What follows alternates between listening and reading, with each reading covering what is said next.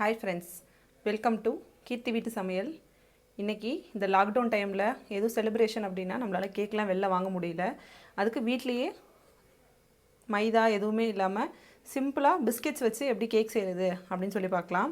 வாங்க இந்த ரெசிபி செய்ய தேவையான பொருள் என்ன அப்படின்னு சொல்கிறேன். அதுக்கு முன்னாடி நீங்கள் இப்போ தான் ஃபஸ்ட் டைம் கீர்த்தி வீட்டு சமையல் சேனல் பார்க்குறீங்க அப்படின்னா மறக்காமல் சப்ஸ்கிரைப் பண்ணிக்கோங்க, பெல் ஐக்கானை கிளிக் பண்ணிக்கோங்க. அப்போ தான் நாங்கள் போடுற ரெசிபீஸ் உங்களுக்கு நோட்டிஃபிகேஷனாக கிடைக்கும்.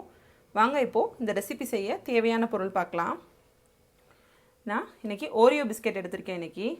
ஸோ இந்த ஓரியோ பிஸ்கெட் ஒரு 2.5 பேக்கெட் எடுத்திருக்கேன். நீங்கள் 3 பேக்கெட் கூட எடுத்துக்கோங்க. அதுலேருந்து க்ரீமை தனியாக செப்பரேட் பண்ணி வெறும் பிஸ்கெட்ஸ் மட்டும் வச்சுருக்கேன். ஸோ இன்றைக்கி 2 ஃப்ளேவர் ஓரியோ பிஸ்கெட் எடுத்திருக்கேன் நான். ஸோ அதனால் 2 ஃப்ளேவர் க்ரீம் கிடச்சிருக்கு நமக்கு. இது நீங்கள் வார்ப்பிங்க்கு யூஸ் பண்ணுறதுனால யூஸ் பண்ணலாம். டபுள் பாயில் மெத்தடில் இது வார்ப்பிங்க்கு யூஸ் பண்ணுறதுனால யூஸ் பண்ணலாம். இல்லை சிம்பிளாக மேலே டெக்கரேட் பண்ணுறதுனாலும் டெக்கரேட் பண்ணிக்கலாம். மில்க்கு ஒரு 200 ml மில்க் எடுத்திருக்கேன். பட்டர் ஒரு டேபிள் ஸ்பூன் பட்டர் நல்லா மெல்ட் பண்ணி வச்சுருக்கேன். அன்சால்டட் பட்டர் எடுத்திருக்கேன். ஒரு 1/2 டீஸ்பூன் பேக்கிங் சால்ட் எடுத்திருக்கேன். பேக்கிங் பவுடர் எடுத்திருக்கேன் நான். 2 டேபிள் ஸ்பூன் ஒயிட் சுகர் எடுத்திருக்கேன். ஒரே 1 பிஞ்ச் சால்ட் எடுத்திருக்கேன். ஃபஸ்ட்டு இந்த சுகரை நல்லா பவுடராக ஆக்கணும். உங்களுக்கு ஐசிங் சுகர் கிடச்சிச்சின்னா பிரச்சனை இல்லை. இல்லைனா இந்த ஒயிட் சுகரை ஒரு மிக்ஸி ஜாரில் ஆட் பண்ணி நல்லா பவுடராக அரைச்சிட்டு வந்துடுறேன். இப்போது சுகர் நல்லா பவுடர் ஆயிடுச்சு. அதில் நம்ம எடுத்து வச்சுருக்க பிஸ்கெட் ஆட் பண்ணி நல்ல ஃபைன் பவுடராக அரைச்சிட்டு வந்துடலாம். இப்போது இந்த பிஸ்கெட்டை நல்லா பவுட்ரு பண்ணி எடுத்தாச்சு. இதை இப்போ ஒரு பாத்திரத்துக்கு மாற்றிக்கலாம். இந்த பிஸ்கெட் இப்போ நம்ம நல்லா ஃபைன் பவுடராக அரைச்சாச்சு.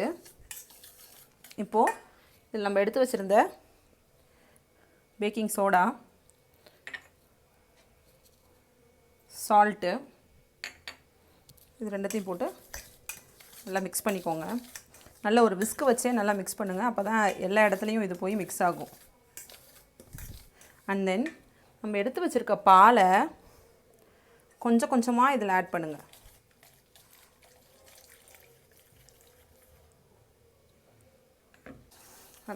எந்த லம்ஸுமே இல்லாமல் நல்லா கலந்துக்கோங்க. இப்போ நான் ஒரு 2.5லேருந்து 3 பேக்கெட் பிஸ்கெட் எடுத்திருக்கேன். இதில் கரெக்டாக அதுக்கு எனக்கு 150 ml பால் கரெக்டாக இருக்கும். இப்போ இதை நல்லா மிக்ஸ் பண்ணியாச்சு. எந்த ஒரு கட்டியும் இல்லாமல். பாருங்கள், நீங்கள் இப்படி எடுத்திங்கன்னா இந்த மாதிரி கன்சிஸ்டன்சியில் இருக்கணும். உங்களுக்கு பார்த்தாலே அது மிக்ஸ் பண்ணும்போதே தெரியும். இனி இதில் நட்ஸ் பவுடர் போட்டுக்கிறது இல்லை எதுவும் ட்ரை ஃப்ரூட்ஸ் ஆட் பண்ணுறதுலாம் உங்களுக்கு ஆப்ஷனல். உங்களுக்கு விருப்பம் இருந்தால் அதை நீங்கள் ஆட் பண்ணிக்கலாம். இப்போது இந்த பேட்டர் ரெடி ஆயிடுச்சு. இந்த கேக் செய்கிறதுக்கான பேட்டர் ரெடி ஆயிடுச்சு. இதை ஒரு சைடு நகர்த்தி வச்சுட்டு இப்போது இதை எப்படி நம்ம குக் பண்ண போகிறோம் அப்படிங்கிறத பார்க்கலாம் வாங்க. இப்போது ஒரு தோசைக்கல் எடுத்துகிட்டு அதில் லைட்டாக நம்ம எடுத்து வச்சுருக்க பட்டரோ எண்ணெயோ எது வேணுமோ ஆட் பண்ணிக்கோங்க.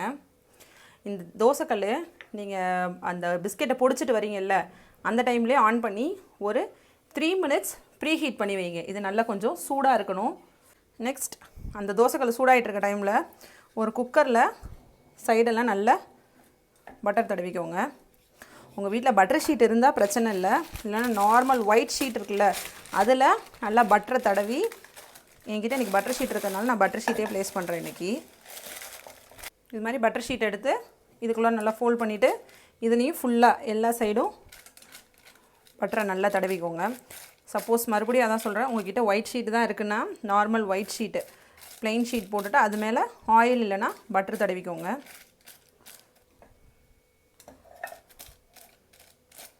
இப்போது இதில் நல்லா பட்டர் தடவியாச்சு. மீதி இருக்க இந்த பட்டரை நான் இந்த பேட்டரில் ஆட் பண்ணிடுறேன். நல்ல ஒரு ஸ்பான்சினஸ் கிடைக்கும் நமக்கு.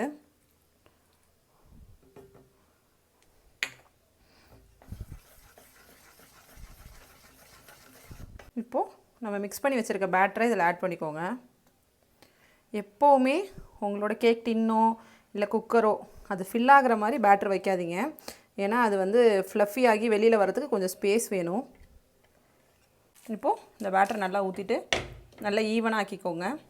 இதை எடுத்து நம்ம வச்சுருக்க இந்த தோசைக்கல் மேலே ப்ளேஸ் பண்ணி கேஸ்கட் போட்டு குக்கரை நல்லா க்ளோஸ் பண்ணிடுங்க. இதுக்கு நம்ம விசில் போட தேவையே இல்லை. விசில் போடாமல் இது இதே மாதிரியே தோசைக்கல்லேருந்து வர ஹீட்டு இந்த குக்கர் மேலே ட்ரான்ஸ்ஃபர் ஆகணும். டெம்பரேச்சர் சிம்மில் வச்சு ஒரு 35லேருந்து 45 மினிட்ஸ் இதை எந்த டிஸ்டர்பன்ஸும் பண்ணாமல் அப்படியே ஹீட் பண்ணிக்கிட்டே இருக்கணும். வாங்க இப்போது ஒரு 35லேருந்து 40 மினிட்ஸ்க்கு அப்புறம் இது எப்படி இருக்குது அப்படின்னு கன்சிஸ்டன்சி எப்படி இருக்குதுன்னு பார்க்கலாம். இப்போது ஒரு 40 மினிட்ஸ் ஆயிடுச்சு. அடுப்பு ஆஃப் பண்ணிட்டேன். நீங்கள் இதுக்கு நடுவில் கூட இந்த கேக் நல்லா குக் ஆகிருக்கான்னு செக் பண்ணிக்கலாம்.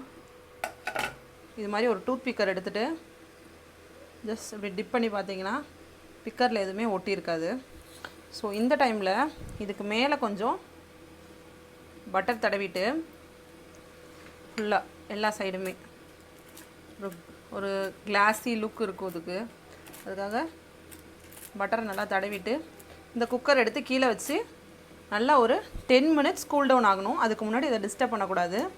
அடுப்புலேருந்து கீழே இறக்கி ஓப்பன்லேயே கூல் டவுன் ஆக விடுங்க. இப்போது இதை நான் திரும்ப அப்படியே இன்வெர்ட் பண்ணி வச்சுருக்கேன். இந்த பட்டர் ஷீட்லாம் நல்லா லூஸ் பண்ணிட்டேன்.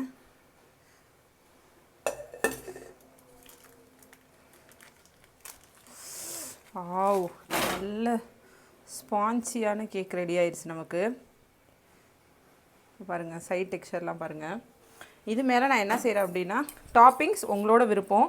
நீங்கள் என்ன டாப்பிங்ஸ் வேணால் கொடுத்துக்கலாம். இதில் நீங்கள் ட்ரை ஃப்ரூட்ஸ் வேணால் கொடுத்துக்கலாம், இல்லை என்ன இருக்கோ அந்த டாப்பிங்ஸ் கொடுத்துக்கலாம். இன்றைக்கி நான் நட்ஸ் போட்டு சாக்லேட் மெல்ட் பண்ணியிருக்கேன். நான் அந்த டாப்பிங்ஸ் கொடுக்குறேன். நான் இது மேலே லைட்டாக பட்டர் தடவிக்கோங்க. இன்றைக்கி எனக்கு செரி இருந்துச்சு, அதனால் நான் செரி வைக்கிறேன் இதில்.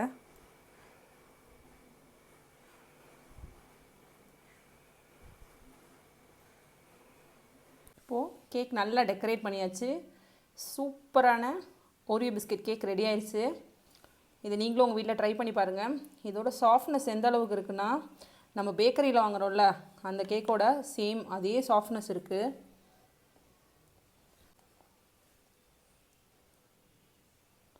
இங்கே பாருங்கள் சாஃப்ட்னஸ்ஸை, அப்படியே சேம் நம்ம பேக்கரியில் வாங்குகிற அதே சாஃப்ட்னஸ் இருக்குது. இதே மாதிரியே நீங்களும் இந்த கேக்கை செஞ்சு பார்த்துட்டு எப்படி வந்திருக்கு அப்படின்னு சொல்லிட்டு எங்கள் கமெண்ட் செக்ஷனில் சொல்லுங்கள். இந்த குவாரண்டைன் டைமில் இது மாதிரி ஸ்பெஷல் ரெசிபிஸ் எப்படி செய்கிறது அப்படின்னு பார்க்குறதுக்கு கீர்த்தி வீட்டு சமையலை சப்ஸ்கிரைப் பண்ணுங்கள், லைக் பண்ணுங்கள், கமெண்ட் பண்ணுங்கள், ஷேர் பண்ணுங்கள். எப்போவும் எங்கள் கூட சப்போர்ட் பண்ணுங்கள். Thank you friends.